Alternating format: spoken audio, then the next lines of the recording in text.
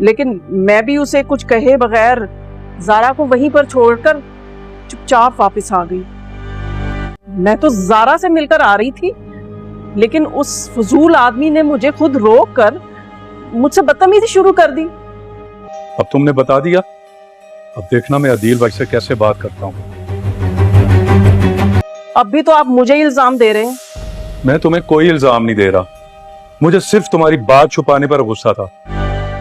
क्योंकि मुझे पता था कि अगर आपको कुछ पता चल गया ना तो आप मुझे ही कसूरवार ठहराएंगे। लेकिन क्या फायदा हुआ? उनको किसी के खुलूस, किसी की मोहब्बत, किसी केयर की कोई परवाह नहीं है।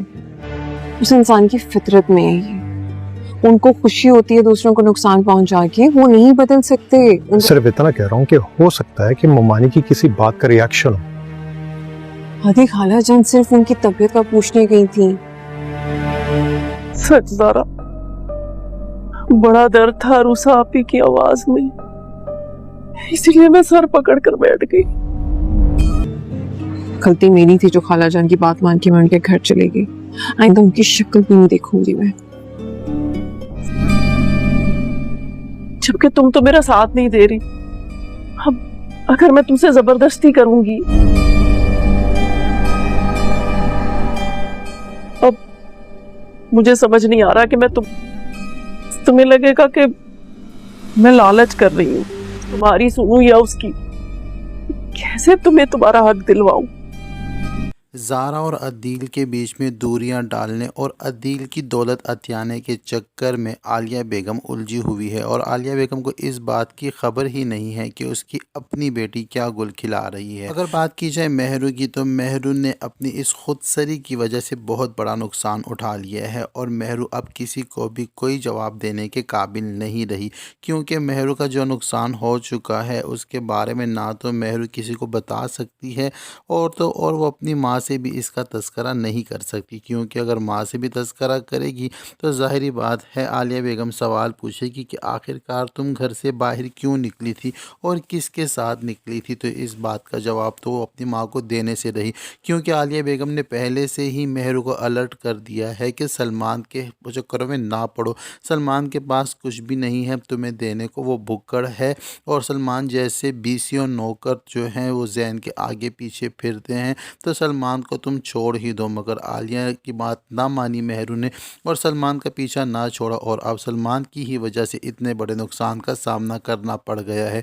खैर, जब फराह बेगम घर वापस आएंगी और आकर मेहरू से यही कहेंगी कि मैं तुम्हारी गोद भराई की रस्म कराना चाहती हूँ, तो अब गोद भराई की रस्म वो कैसे करेगी, क्योंकि जिसके आने की खुशी में ये रस्म हो रही है वो तो अब इस दुनिया में आने से रहा, क्योंकि जिस बच्चे की दुनिया में आने की खुशियाँ मनाई जा रही हैं वो बच्चा दुनिया में आने से पहले ही दूसरी दुनिया में चला गया है।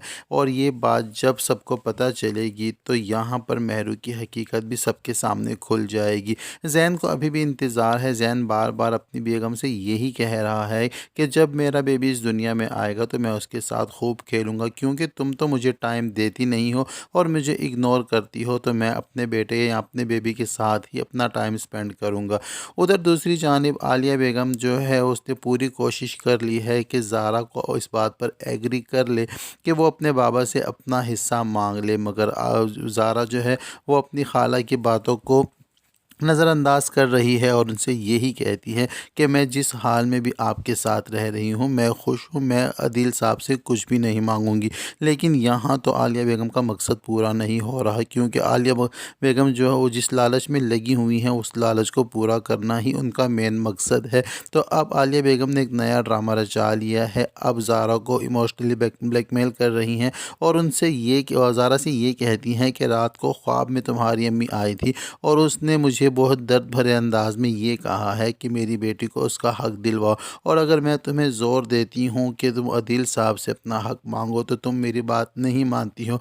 अगर मैं तुम्हें प्रेशराइज़ करूँगी तुम्हें लगेगा कि मैं लालची हूँ। अब तुम ही बताओ मैं क्या करूँ। एक तरफ तुम्हारी माँ की ये ख्वाहिश है, वो मेरे ख्वाब में आकर मुझसे बार बार यही कहती है, और एक तरफ तुम हो अपनी जगह पर बज़िद हो, तुम अपने बाबा से कुछ नहीं मांगना चाह रही। तो मुझे बताओ मुझे सुकून कैसे मिलेगा, मुझे रात को नींद सुकून से कैसे دکھائے گی۔ تو یہاں پر اب زارا کو بلیک میل کر رہی ہے اور ایموشنلی بلیک میل کر رہی ہے، تو زارا بھی اپنی خالہ کی باتوں میں آ کر اب مجبور ہو سکتا ہے کہ عدیل صاحب سے اپنے حصے کا مطالبہ کر لے۔